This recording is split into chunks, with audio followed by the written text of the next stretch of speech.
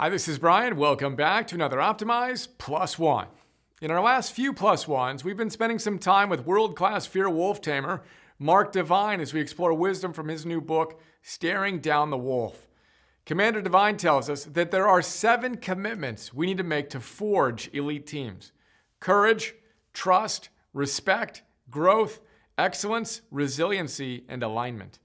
Check out the notes for more on each of those. Today and tomorrow, we're going to shine a spotlight on this 6th commitment to resiliency.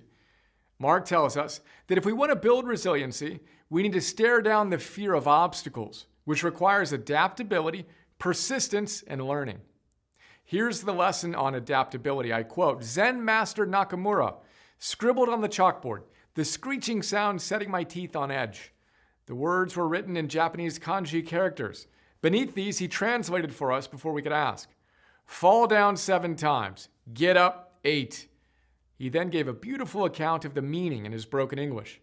What he conveyed was way more nuanced than the words alone implied. The main point he was making was not just that you should get up after falling down, but that what counts is how you get up.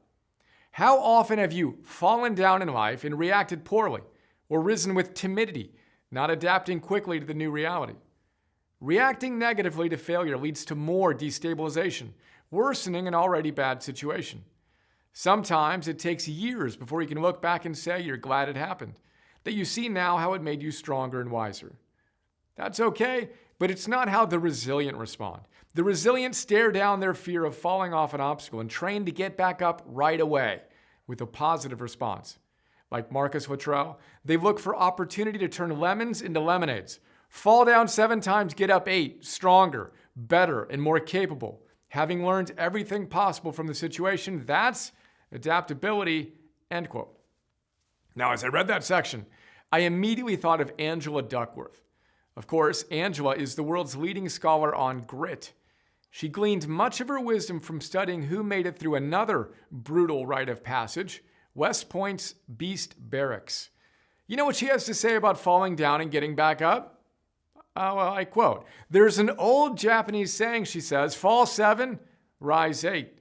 If I were ever to get a tattoo, I'd get these 4 simple words indelibly inked." She also tells us, I quote again, "To be gritty is to keep putting one foot in front of the other. To be gritty is to hold fast to an interesting and purposeful goal. To be gritty is to invest day after week after year in challenging practice. To be gritty is to fall down 7 times and rise 8. Now, Mark also talks about Ryan Holiday's The Obstacle is the Way in this context and Joe DeSena's Spartan Races in another related context. Ryan says, I quote, "It's a beautiful idea. Psychologists call it adversarial growth or post-traumatic growth. That which doesn't kill me makes me stronger is not a cliche, but fact. The struggle against an obstacle inevitably propels the fighter to a new level of functioning. The extent of the struggle determines the extent of the growth. The obstacle is an advantage, not adversity. The enemy is any perception that prevents us from seeing this."